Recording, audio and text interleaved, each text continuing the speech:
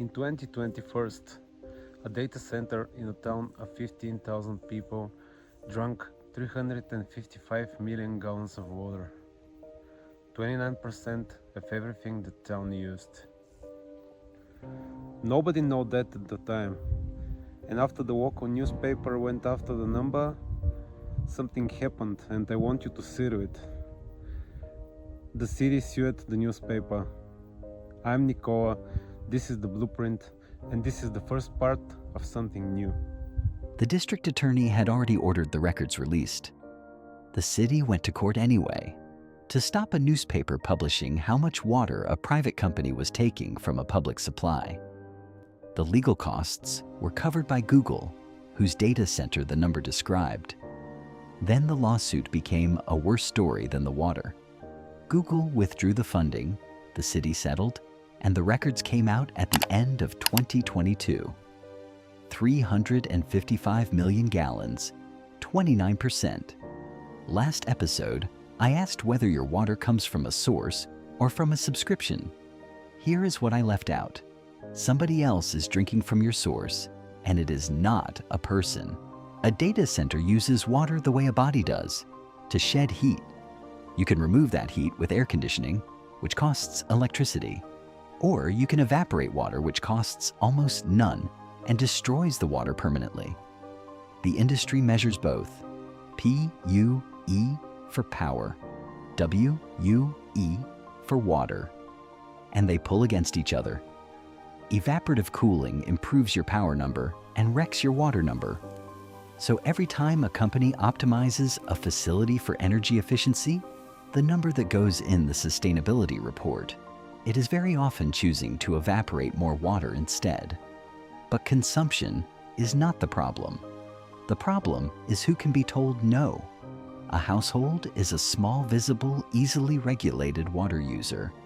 When there is a shortage, a household can be metered, restricted, fitted with a flow restrictor. We spent the last episode on exactly that machinery. A data center arrives with an investment agreement, negotiated supply terms, and consumption figures that are often commercially confidential. Two users drawing from the same aquifer, one subject to an administrative decision, the other to a contract. Uruguay, 2023. 3 years of drought, severe enough that authorities began mixing seawater into the public drinking supply. During that, plans proceeded for a data center in Canelones, projected to draw 7.6 million liters of drinking water per day. The protests produced a phrase that says it better than I can. No es sequía, es saqueo. It is not drought, it is pillage. Spain, same pattern, different scale. The campaign against a meta facility in Talavera de la Reina named itself To Nube Seca Mi Rio. Your cloud is drying my river, which is where the accounting stops being abstract. Withdrawn water is taken from a source. Consumed water never comes back. In 2024, Google reported withdrawing 7.8 billion gallons. 6.1 billion of that was consumed. Gone as vapor. The smart meter, the prepaid valve, the flow restrictor, that entire machinery exists to manage scarcity at the household end. None of it exists at the other end. But I want to be accurate, because this is where most videos on this subject start lying to you. It does not always win. In Chile, local opposition fought a Google data center in Cerrillos for years. In 2024, an environmental court partially reversed its permit, finding the project had not accounted for what it would do to groundwater in a city already short of it. Google redesigned the $200 million project from scratch on air cooling. Air cooling costs more electricity. It uses almost no water. The engineering existed the whole time. I plan production for a living.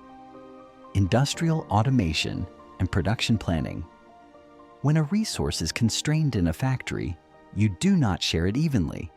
You allocate it to the process with the highest value per unit. Inside a factory, That is the correct thing to do. The problem is, what happens when the same logic is applied outside one? Computing is now an industrial process competing for a household input. And by any purely economic measure, a rack of servers produces more value per liter than a person does. That comparison should feel wrong. In a spreadsheet, it is also correct.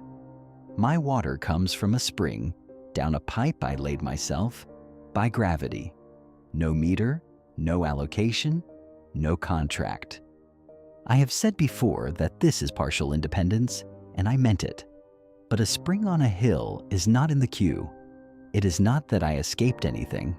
It is that I am not one of the users being compared.